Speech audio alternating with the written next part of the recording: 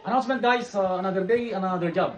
Ang gagawin naman natin ngayon guys ay magkabit tayo ng chimney hood. Makita nyo guys yung chimney hood, ganito itsura. Yun yung may chimney siya na hood.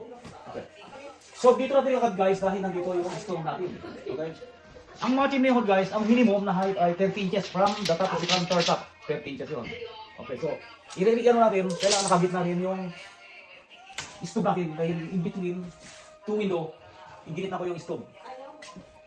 So 30 inches ang minimum na height from the countertop. So subukan natin ito from countertop. Ito yung guys yung 30 inches. Kukunin mo yung center line. Ito yung center line. Okay.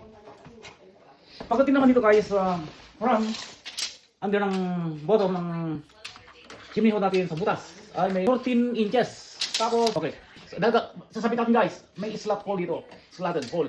Isasabit natin doon. Yung hole to hole ay nasa 10 and 1/4. Okay guys, makita nyo ilagay natin support. Kailangan natin support dahil mabigat yung chimney hole. So ibabalik natin guys yung plywood. Ay, naka-secure. Guys, ikabit natin yung hose niya. So, natin tutukutin na lang guys, sasama ito sa bubong. So, ikakabit na natin yung chimney ng wood. Kaya tinawag na chimney hole guys, mayroon siyang chimney. Okay, so,